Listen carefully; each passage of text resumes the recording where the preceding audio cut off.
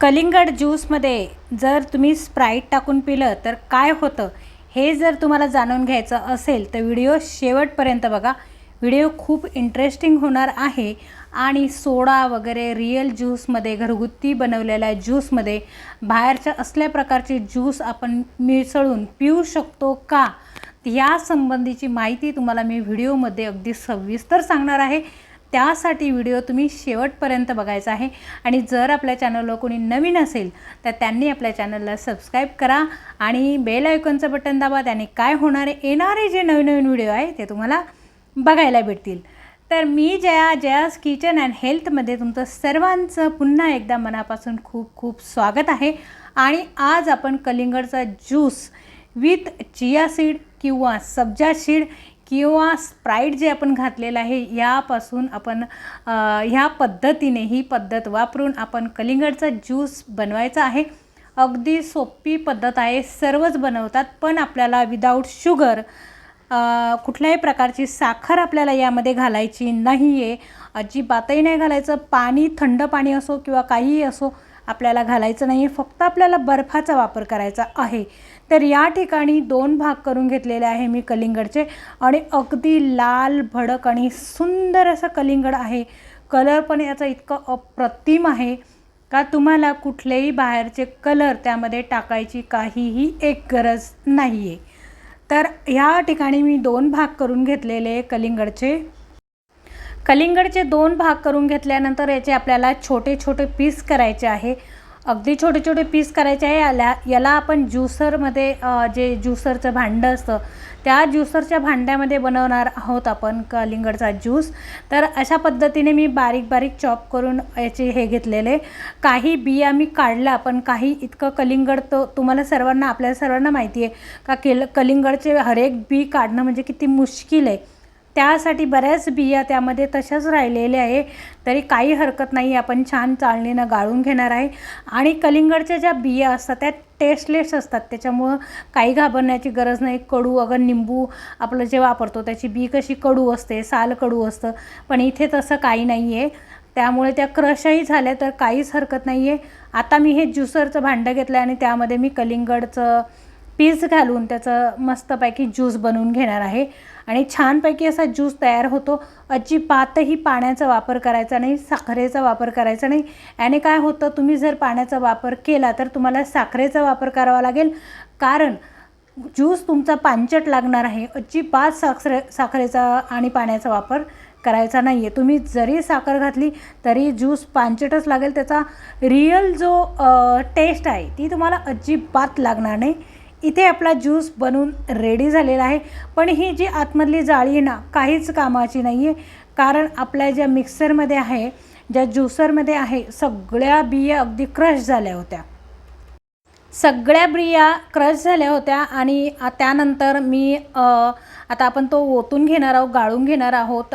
जरी क्रश झालं तरी काही हरकत नाही, कारण त्यांना टेस्ट नसते. निंबू किंवा ऑरेंज किंवा काय हे असेल तर त्याच्या बिया जर क्रश झाल्या तर त्या कडू लागतात, पण असं कलिंगडचं अजिबात नाही आहे. याचा एवढा भरभरून ज्यूस निघाला आहे, अगदी असं वाटतं की भसाभस पाणी टाकलं असेल, पण असं काही नाही आहे. आपल्या सर्वांना माहिती आहे.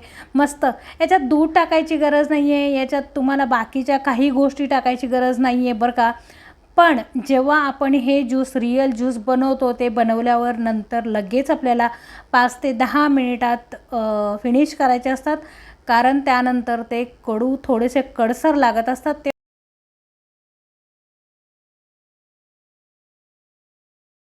छान असं गाळणीने आपला जो ज्यूस आहे तो पूर्ण छान असा गाळून झालेला आहे.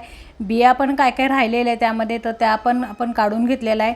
आणि या ठिकाणी कलर नाही, काही नाही, साखर नाही, पाणी नाही, दूध नाही, काहीही घालायचं नाही आहे आपल्याला.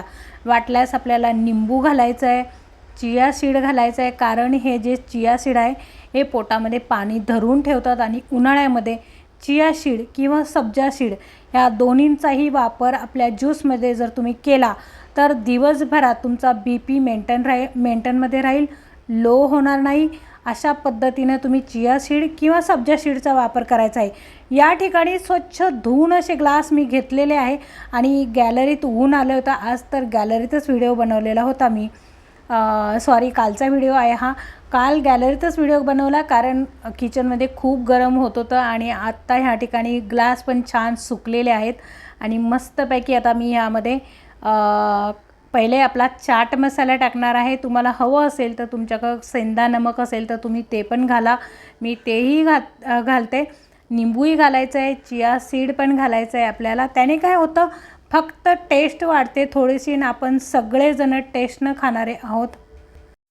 मस्त चिया सीड एक एक चमचा आपण घालून घ्यायचे आहे। तुमच्याकडे सब्जा सीड असेल तर अगदी उत्तम, सब्जा सीड तुम्ही घालायचे। सब्जा सीडने पोटात पाणी धरून ठेवतं, खूप छान थंडावा येतो आणि पोट साफ होण्यासही मदत होते चिया सीड आणि सब्जा सीडने। तर आता या ठिकाणी पूर्ण ग्लास मी भरून घेणार आहे पूर्णपणे आणि एका ग्लासमध्ये आपण फक्त स्प्राईट घालून बघणार आहोत की काय होतं नेमकं। पण काही होत नाही बरं का। मी काल ही जी रेसिपी आहे मी काल बनवलेली आहे आणि मी काल पिलेली आहे, पण काहीही झालं नाही। हो, एक गोष्ट झाली की रात्री पोट अगदी पूर्णपणे साफ झालं, तरीही लहान मुलांना अशा प्रकारचे सोडा वगैरे घातलेले ज्यूस मुलांना द्यायचे नाही किंवा तुम्हीही घेऊ नका। या ठिकाणी मी थोडेसे पीस घालते वॉटरमेलनचे, कारण आपण काय करतो, एकदा ज्यूस तोंडाला लावला का एकदम फिनिश करत असतो ग्लास, तर त्याने काय होतं, आपल्याला ॲसिडिटी होते। ही ॲसिडिटी टाळण्यासाठी यामध्ये काही मी पीस टाकलेले आहे कलिंगडचे, तर ते आपण तोंडामध्ये आले तर ते चावून चावून खाऊन तोपर्यंत तो घोट आपला आतमध्ये गेलेला असतो आणि दुसरा घोट घ्यायला आपण रेडी होणार असतो।